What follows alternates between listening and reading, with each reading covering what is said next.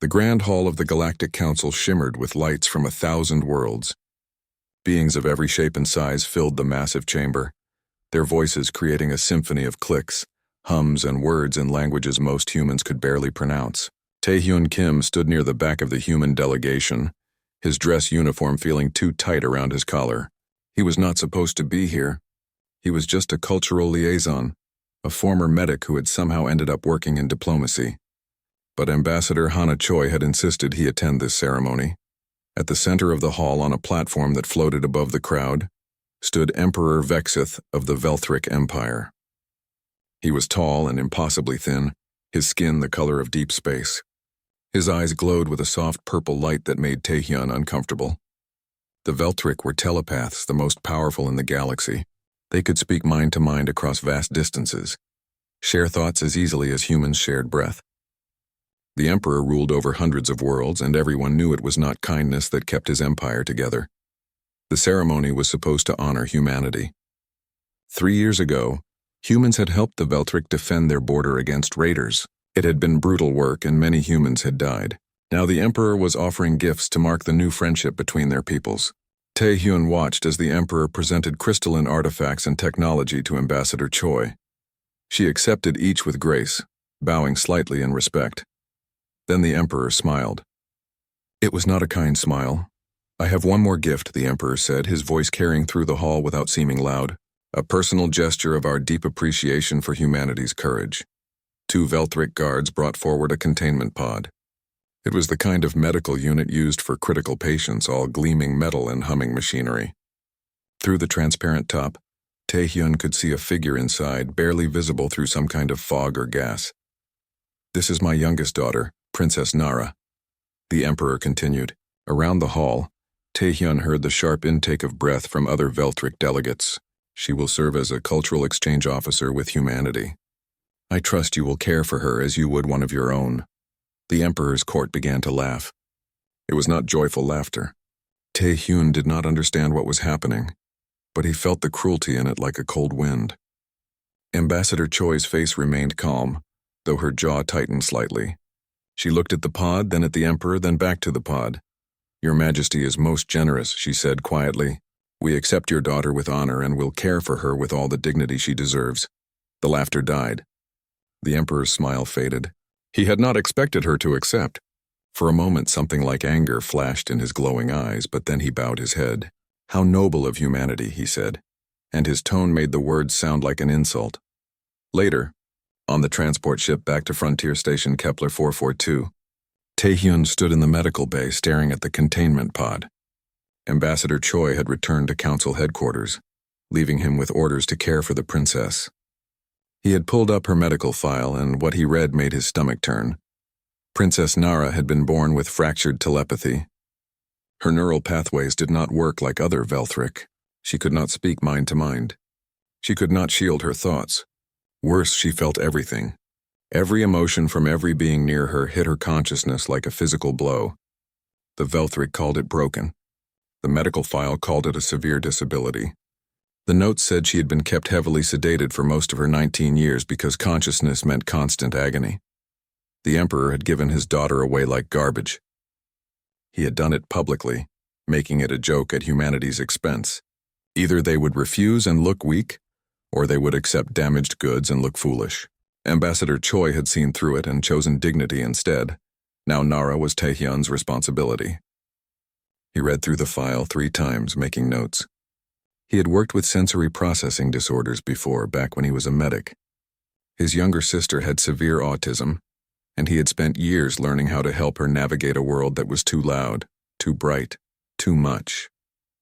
This was different, but some of the principles might be the same. The medical staff wanted to put Nara in isolation, keep her sedated, treat her like a problem to be stored away. Taehyun refused. Against their protests, he had the pod moved to a small, quiet room he prepared himself. He dimmed the lights.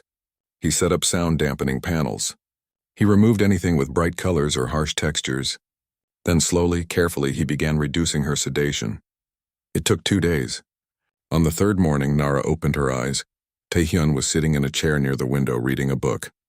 He had learned long ago that sometimes the best way to help someone was to just be present, without demanding anything.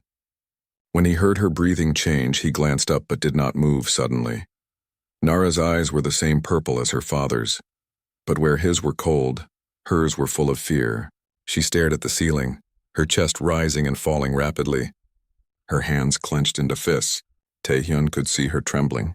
He set down his book slowly. He did not try to speak to her mind because he could not. He simply spoke aloud, his voice soft. "Hello, Nara. My name is Taehyun. You are safe here." She turned her head toward him, the movement jerky and uncoordinated. Her mouth opened, but no sound came out. Tears began streaming down her face. Taehyun stood, but he did not approach her. He picked up a small tablet from the table and held it where she could see it. On the screen, he had written simple words in the Galactic basic language. Water. Yes, no, pain, help. If you need anything, you can point, he said. Or blink once for yes, twice for no. You do not have to speak. You do not have to do anything you are not ready for. Nara stared at him for a long moment. Then slowly she blinked once. Taehyun nodded and picked up a cup of water. He brought it close but did not hand it to her. He set it on the table beside her bed, within reach if she wanted it. I will be right here, he said, reading my book. If you need me, just make any sound. He returned to his chair and picked up his book again. For several minutes, nothing happened. Then he heard a small sound like a gasp. He looked up to see Nara's hand reaching for the water. She could barely lift it. Her movements were weak and shaky from months of sedation, but she managed to bring the cup to her lips and take a small sip. When she set the cup down, she looked at Taehyun again.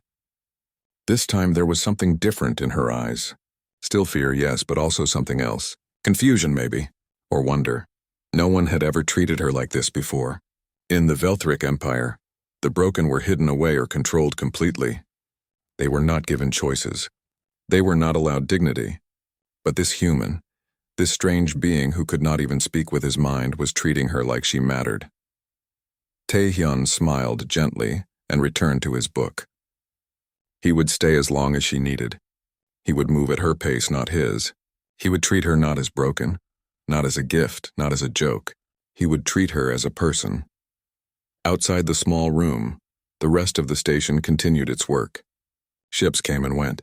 Diplomats argued over trade routes. The galaxy turned without noticing the quiet moment happening in this one small space. But in that moment, everything changed. The Emperor had sent his broken daughter away as a cruel joke, expecting her to disappear into obscurity or die in isolation. He had not counted on her meeting someone who would see past the broken pieces to the person underneath. He had not counted on meeting humanity. 3 months passed like water through careful hands. Taehyun established a routine with Nara, moving slowly, always asking permission with gestures before doing anything. In the mornings, he would enter her room and sit by the window. He would read or work on his tablet while she woke naturally. No alarms, no sudden noises, no demands. At first, Nara barely moved. She would lie in bed, eyes open, breathing quickly like a frightened animal. But Taehyun noticed things. When he played soft music, her breathing slowed. When the room had too many people, she curled into herself. When he left books near her bed, she would eventually reach for them, running her fingers over the covers. He learned that her fractured telepathy was not broken in the way the Velthric believed. It was different. While normal telepaths could speak thoughts across space and shield their minds, Nara felt everything. Every emotion from every living being nearby crashed into her consciousness like waves. She could not build walls. She could not filter. She just drowned. Dr. Jiwoo Park joined their small team after the second week. She was a neuroscientist who specialized in alien biology. At first, she thought Taehyun was wasting time, but after observing Nara for a few days, her scientific curiosity overtook her skepticism. Her neural structure is fascinating, Jiwoo told Taehyun one evening as they reviewed scans. Most telepaths have very organized pathways. Information flows in clear channels, but hers are scattered like a shattered mirror. Each piece still works, but they do not connect properly. Can we help her? Taehyun asked. Jiwoo hesitated. I do not know if we can fix her, but maybe we can help her adapt. I noticed something interesting in the scans. Human brainwaves are different from other species. We are not telepathic, so our thoughts do not broadcast the same way. Around humans, Nara's neural activity calmed significantly.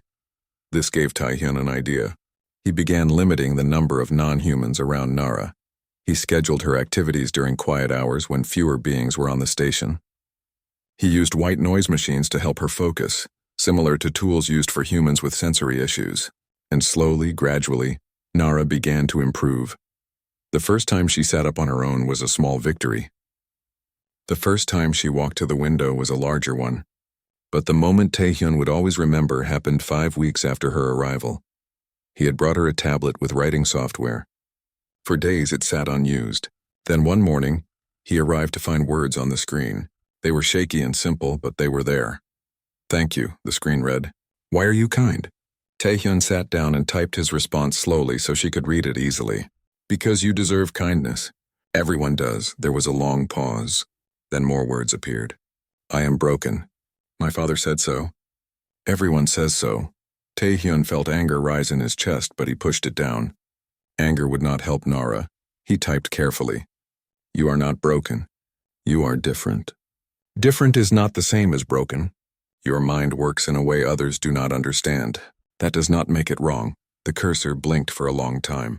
Then, "No one ever said that before." From that day, Nara began trying to communicate more. She used the tablet constantly, asking questions about humans, about Earth, about Taehyun's life. She was curious and bright, her intelligence finally able to surface now that she was not drowning in telepathic noise. She learned basic quickly, progressing from written words to speaking within weeks. Her voice was soft and hesitant at first. "Is this correct?" she would ask after every sentence, as if expecting to be punished for speaking wrong. But Taehyun always encouraged her, and slowly her confidence grew. Lieutenant Min Ji-yoon became another friend. The security officer had been curious about the princess everyone whispered about. When she finally met Nara, she found not a broken alien but a young woman who made her laugh with observations about station life. "Your species drinks so much coffee," Nara said one day, her tone puzzled. "Why, it tastes like burned dirt." Minji burst out laughing. "You are absolutely right. But we need it to stay awake during long shifts." "Humans are strange," Nara said. But she was smiling. It was the first time Taehyun had seen her smile. The breakthrough came 3 months after Nara's arrival. Taehyun had been planning it carefully with Jiwoo's help. The station was passing through a nebula, a massive cloud of colorful gas and dust that created spectacular views. Most species on the station gathered to watch, but Taehyun waited until late at night, when the observation deck would be empty. He came to Nara's room. "Would you like to see something beautiful?" he asked. She looked uncertain but nodded. They walked slowly through the quiet corridors. Nara wore noise-canceling earpieces that Jiwoo had adapted from human technology. They helped filter some of the emotional noise she constantly experienced. She also stayed close to Taehyun, as if his presence provided a calm anchor. When they reached the observation deck, it was empty as planned. Taehyun led her to the main window, which stretched from floor to ceiling. Outside, the nebula painted the darkness with swirls of purple, blue, and gold. Stars sparkled through the colored clouds like diamonds. Nara stopped walking. She stared at the view, her mouth slightly open. Then slowly she moved forward until her hands touched the transparent barrier. The cool surface seemed to ground her. She pressed her forehead against it, looking out at the cosmic beauty. "It is so quiet," she whispered. Tears began streaming down her face. "In my head, I mean. Out there are no minds, no emotions, just silence." Taehyun stood beside her, giving her space but staying close. "The universe is very old and very large," he said softly. "Most of it is quiet places like this, empty of thoughts, full of beauty." Nara turned to look at him, tears still falling. But she was smiling now, really smiling. "I never knew quiet could be so wonderful. All my life there has been noise in my head, thoughts and feelings from everyone around me, screaming all the time. But here now I can just be." She looked back at the nebula. "Thank you, Taehyun. Thank you for letting me feel quiet." They stayed there for an hour, saying nothing, just watching the colors shift and dance. For Nara, it was the first peace she had ever known. For Taehyun, it was confirmation that he had been right to treat her as a person, not a problem. When they finally returned to her quarters, Nara paused at the door. "Taehyun," she said, her voice stronger than before. "On my world, they said I would never be anything but broken. They said I would never have a real life. But you have given me something I never had before. What is that? He asked. Hope, she said simply. As Taehyun walked back to his own quarters that night, he thought about the emperor who had thrown his daughter away. The man had meant it as an insult to humanity, a joke at their expense. But jokes have a way of revealing truth. The emperor had shown everyone exactly who he was, someone who saw people as broken when they did not fit his expectations. Humanity had shown something different. They had shown that worth was not measured by ability, that dignity belonged to everyone, and that kindness was not weakness. Somewhere far away, in the grand halls of the Velthric Empire, reports were being filed. Progress reports on Princess Nara. Most of the Galactic Council ignored them, assuming they were formalities. But one person read them very carefully. Emperor Vexith sat in his throne room, reading about his daughter's improvement. His expression did not change, but inside something cold and angry began to grow. She was supposed to fade away. She was supposed to prove that the broken could not be fixed. Instead, she was thriving. And that was unacceptable. The Galactic Council chamber buzzed with tension. Representatives from hundreds of worlds argued about Nara's asylum case. Telepathic species demanded she be returned to the Empire. Non-telepathic species cautiously supported humanity's decision. It was becoming clear that this was about more than one princess. It was about power, about who had rights, about whether individuals could choose their own paths or belong to the civilizations that created them.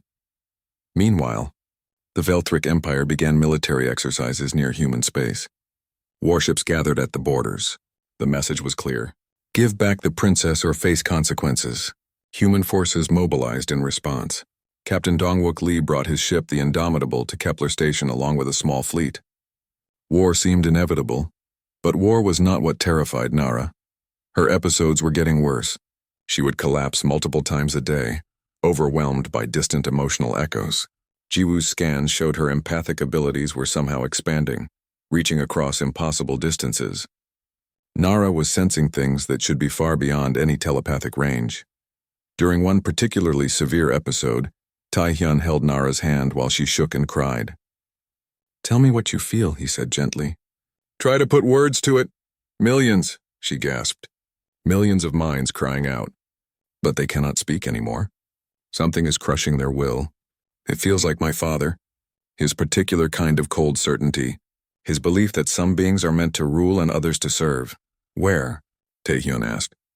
Can you tell where this is happening? Nara's eyes rolled back. She was deep in the vision now. Outer Rim, the rebellion zones, oh no. Oh no, they are not just suppressing the rebels. They are removing their ability to rebel. Removing their ability to choose at all. She came out of it slowly, exhausted. Taehyun helped her drink water and waited until her breathing steadied. Then he called an emergency meeting with Jiwoo, Captain Lee, and Ambassador Choi, who had remained at the station during the crisis. In the secure conference room, Nara explained what she had been sensing.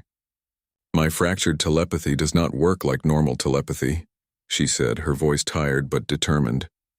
Normal telepaths send and receive thoughts across space, but I sense emotional imprints, like echoes left behind in space-time itself. I have been picking up massive trauma echoes from the Outer Rim territories. Jiwoo pulled up neural scans on the display. It is actually brilliant, she said, her scientific mind engaged despite the horror. Her neural structure acts like a receiver for psychic resonance. Where normal telepaths need active minds to connect with, she can sense the emotional echoes that events leave behind. It is like hearing whispers of the past. But these are not echoes from the past, Nara said. They are happening now. The Velthric Empire has developed some kind of weapon, a telepathic amplifier. They are using it to dominate entire populations. Millions of minds being crushed into submission. It is not just control. It is obliteration of free will. Captain Lee leaned forward. Can you prove this? If we bring this to the council without evidence, they will dismiss it as the ramblings of a traumatized girl. That is the problem. Ambassador Choi said, we only have Nara's word, and she is exactly the witness the Velthric will try to discredit. Then we need to get real evidence, Taehyun said. Send scouts to the Outer Rim, see what is actually happening there. Over the next 2 weeks, human intelligence ships carefully approached the restricted zones. What they found confirmed Nara's visions. Entire colonies moving in lockstep. People speaking in unified voices. No signs of individual thought or choice. It was like watching billions of puppets controlled by invisible strings. But getting the evidence to the council meant confronting the most powerful empire in the galaxy. It meant accusing Emperor Vexith of crimes against billions. It meant risking everything. Ambassador Choi called another meeting. If we do this, there is no going back. We will be challenging the Velthric Empire directly. They will consider it an act of war. Many on the council will side with them. We could find humanity isolated and facing enemies on all fronts. Captain Lee nodded grimly. My fleet is ready. We knew this might come to war eventually. Better to fight for something that matters. Taehyun looked at Nara. She was pale and tired, but her eyes were clear. What do you want to do? He asked her. She took a shaky breath. All my life I was told I was worthless, broken, a burden. My father threw me away like garbage. But you showed me I have value. You showed me my differences make me unique, not useless. If I am the only one who can sense this truth, then I have to speak. Even if it is dangerous. Even if no one believes me, I have to try. Ambassador Choi smiled sadly. Then we bring it to the council, together. The emergency council session was held 3 days later. The chamber was packed. Every major civilization sent representatives. The Velthric delegation, led by a furious Commander Velric, sat in their section radiating cold anger. Lady Syleth, Nara's eldest sister and heir to the throne, sat among them, her expression unreadable. Ambassador Choi presented the evidence. Videos from the scout ship showing the strange behavior of the Outer Rim colonies. Testimonies from beings who had escaped before the suppression was complete. And finally, Nara herself. Nara stood before the council, small and fragile-looking but standing straight. Taehyun stood just behind her, a steady presence. She spoke clearly, describing what she had sensed, explaining her unique abilities, detailing the emotional echoes of mass telepathic domination. I know many of you think I'm broken, she said to the assembled representatives. My own father thought so, but my fractured telepathy allows me to sense truths others cannot. I feel the anguish of billions being robbed of their free will. I feel the cold calculation of those doing it, and I am asking you, all of you, to investigate before it is too late. Commander Velric stood. This is absurd. The testimony of a damaged mind should not be taken seriously. The princess is clearly delusional, traumatized by inadequate human care. The Outer Rim colonies are peaceful and content under Imperial guidance. But Elder Corvin, an ancient and respected neutral party, raised his hand for attention. The human evidence is disturbing. At minimum, an investigation is warranted. If the Empire has nothing to hide, they should welcome observers. The debate raged for hours. Finally, a narrow majority voted to authorize an investigation team. The Velthric Empire, backed into a corner, was forced to accept or face appearing guilty. Emperor Vexith, watching remotely, knew he was losing control of the narrative. As the session ended, Lady Syleth approached Nara in the corridor. The two sisters had not spoken since Nara's exile. Syleth looked at her younger sister, and for a moment her perfect telepathic mask slipped. Is it true? She asked quietly. What you sense about the weapon? Nara met her eyes. Yes, Father plans to use it on anyone who resists the Empire. Free will is inconvenient to him. He wants perfect obedience. Syleth was silent for a long moment. Then she said, I have always done my duty to the Empire, but if what you say is true, or she did not finish. She simply walked away, leaving Nara uncertain what her sister would do. That night, back on Kepler Station, Nara and Taehyun walked along the observation deck. I testified, Nara said softly. I actually stood before the entire galaxy and told my truth. You were brave, Taehyun said. You are the bravest person I know. She smiled at him, then her smile faded. But my father will not let this go. He cannot afford to. I have made myself his greatest enemy. Then we will face him together, Taehyun said, taking her hand. Nara squeezed his hand gently. She could feel his emotions, warm and steady and full of something she was only beginning to recognize. Love. He loved her, and she realized with a mixture of joy and terror that she loved him too. But there was no time for such revelations. A message came through on Taehyun's communicator. It was from the Galactic Council. Emperor Vexith had made a new proposal, a challenge that would decide everything. Emperor Vexith's challenge came through official channels, delivered to the Galactic Council and broadcast across every major world. It was elegant in its cruelty. If Princess Nara truly possessed these special abilities she claimed, if she was truly capable as the humans insisted, then she should prove it.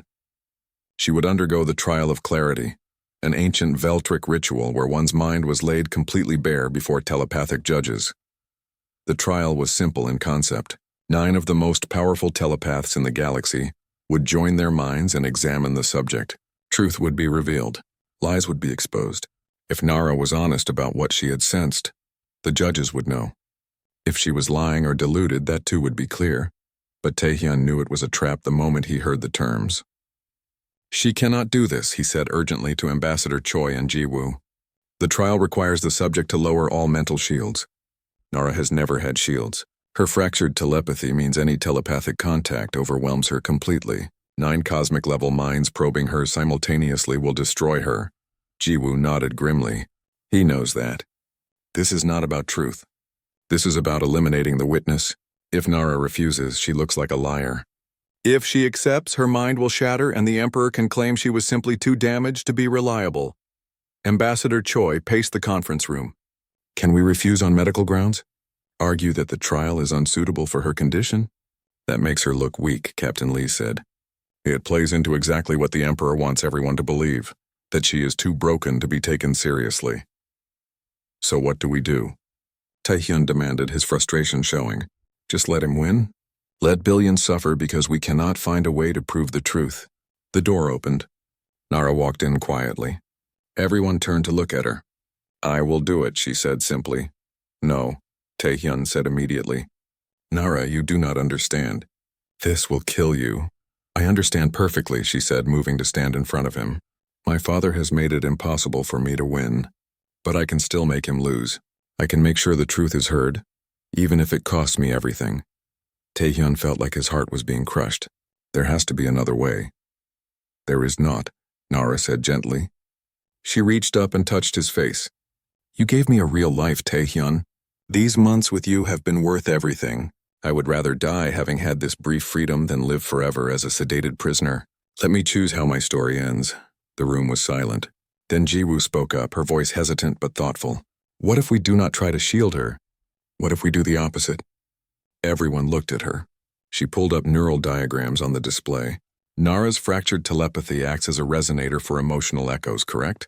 What if instead of trying to protect her from the judge's telepathic assault, we help her amplify her own ability? Let them probe her mind, yes, but in doing so, they would feel what she feels. They would sense the emotional echoes she has been sensing. Taehyun understood immediately. Make them experience what she experiences. Force them to feel the truth directly. Exactly, Jiwoo said. But I will not lie to you. It is still incredibly dangerous. The strain could kill her, and there is no guarantee it will work. Her abilities are unpredictable, Nara smiled. It is better than nothing. At least this way I have a chance to make them understand. The next 5 days were a blur of preparation. Jiwoo worked with Nara constantly, helping her understand her own neural patterns, teaching her to focus her empathic senses instead of being overwhelmed by them. It was like teaching someone to swim by throwing them into deeper and deeper water, and Taehyun hated every moment of it. But he stayed with Nara through all of it. He held her hand when the practice sessions left her shaking. He brought her food when she forgot to eat. He read to her at night when she could not sleep for nightmares of the coming trial. On the 3rd night, as they sat together in her quarters, Nara spoke quietly. I need to tell you something. What is it? Taehyun asked. I can feel what you feel, she said, not looking at him. Your emotions. They have always been so clear to me, like warm light. You care about me, not because I am a princess, not out of duty. You care because of who I am? Taehyun felt his throat tighten. Yes, I do. She turned to face him, tears in her eyes. I care about you too. I did not know what love was supposed to feel like. But I think this is it. I think I love you. He pulled her close, holding her carefully. I love you too, which is why I cannot stand the thought of losing you. You will not lose me, she whispered against his shoulder. Even if my body dies, the emotions we shared will leave echoes. I will always be somewhere in the universe, and part of that will be loving you. They stayed like that for a long time, holding each other as if they could stop time itself. The day of the trial arrived too quickly. It was held at Heart Station, neutral ground in the center of the galaxy. Billions of beings across hundreds of worlds watched through broadcasts. This had become more than a trial of one princess. It was a test case for individual rights, for the power of empires versus the value of persons, for whether truth could stand against political might. Nara wore simple white robes as she entered the grand chamber. The room was massive and circular, with the walls showing the stars outside. In the center was a single chair where she would sit.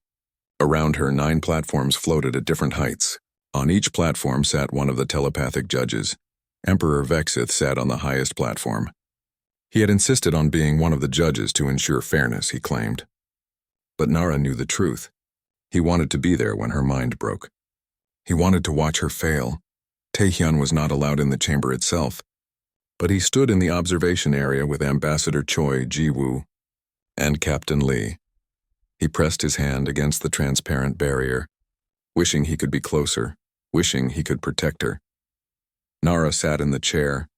She looked up at the judges, then found Taehyun in the observation area. She smiled at him, trying to be brave. He smiled back, though his heart was breaking. Elder Corvin, serving as the chief judge, spoke. Princess Nara of House Velthric, you have made claims about sensing events through empathic resonance. You have accused the Velthric Empire of crimes against free will. Today, we will examine your mind and determine the truth. Do you consent to this examination? Nara's voice was clear despite her fear. I consent. I have nothing to hide. Then we begin, Corvin said. Open your mind to us. The 9 judges reached out with their telepathic abilities. Nara gasped as the connection formed. It felt like being struck by lightning, like drowning in an ocean of thoughts. Every instinct screamed at her to pull away, to shield herself, to escape. But she remembered Jiwoo's instructions. Do not resist. Do not try to control it. Let it flow through you and amplify it back. Nara stopped fighting. She opened herself completely to the telepathic assault, and then something extraordinary happened. The judges had expected to read her memories, to sift through her thoughts and find truth or deception. Instead, they felt what she felt. Suddenly, all 9 judges were drowning in sensation. Emotional echoes from across the galaxy crashed over them like waves. They felt the terror of millions of beings having their wills crushed. They experienced the anguish of entire civilizations held in telepathic bondage. They sensed the cold calculation of someone who believed absolutely in their right to dominate others. And worst of all, through Nara's unique perception, they felt the truth about the Velthric Empire's gift. Every piece of telepathic technology they had shared, every enhancement they had offered to allied worlds, every connection they had facilitated, all of it had been tools of control. Backdoors for domination hidden behind generosity. Emperor Vexith realized too late what was happening. He tried to sever the connection, tried to shut down the trial. But Nara's fractured telepathy was not working like normal telepathy. She was not sending thoughts. She was amplifying resonance. And resonance, once begun, was hard to stop. The truth radiated outward through the judges to every telepath watching the broadcast. Across the galaxy, telepathic beings felt a moment of absolute clarity. They felt the suffering the Empire had caused. They felt the betrayal. They felt the lie. In the grand chamber, Nara screamed. The strain was too much. Her nose began bleeding. Her eyes rolled back. She was dying, burning herself out like a star-going supernova to make sure the truth was seen. Taehyun watched in horror as the woman he loved began to die in front of billions of witnesses. 6 months after arriving at Kepler Station, Nara sat in a conference room helping resolve a dispute between 2 trading species. She wore her dampening earpieces and stayed seated near Taehyun, but she was there, participating, contributing. The traders had been arguing for days about the terms of their agreement. Both sides insisted the other was being dishonest. Nara listened quietly, her eyes moving between the 2 representatives. Then she spoke, her voice soft but clear.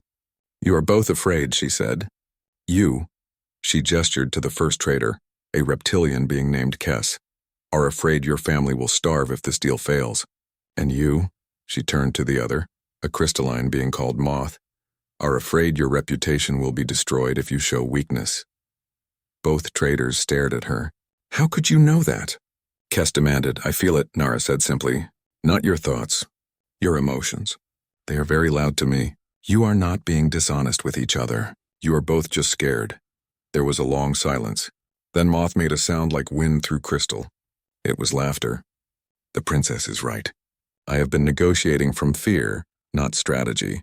Perhaps we should both stop pretending to be stronger than we are and find real solutions. The negotiation ended successfully an hour later. As the traders left, both thanked Nara personally. It was the first time her unique abilities had helped rather than hurt.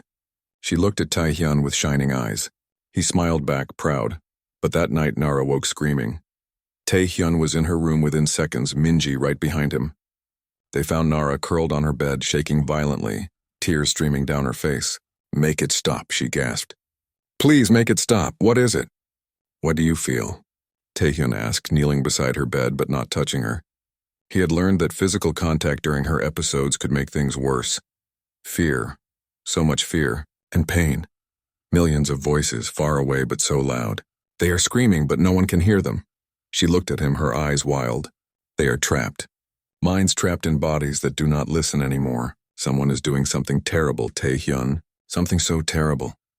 Jiwoo arrived with medical equipment. She scanned Nara's neural activity and went pale. Her empathic receptors are overloading. She is sensing something massive happening somewhere, but I do not understand how. Even at her worst, her range was only a few hundred meters. Over the next week, the episodes continued. Nara would be fine for hours, then suddenly collapse under waves of distant anguish. She began describing what she felt in more detail. Beings having their thoughts crushed, wills being bent and broken, the emotional echoes of millions being forced into submission. "It is like slavery," she told Taehyun one evening, exhausted from another episode. But worse. They are being enslaved in their own minds. Their bodies still move, but their thoughts are not their own anymore. Taehyun felt cold dread settle in his stomach. "Where is this happening?" "I do not know," Nara said. "But the emotions taste familiar. Like home. Like the Velthric court." That night, Taehyun sent an urgent message to Ambassador Choi. Within days, intelligence reports began arriving. There had been scattered rumors about unrest in the Outer Rim territories controlled by the Velthric Empire. Entire colonies had gone silent.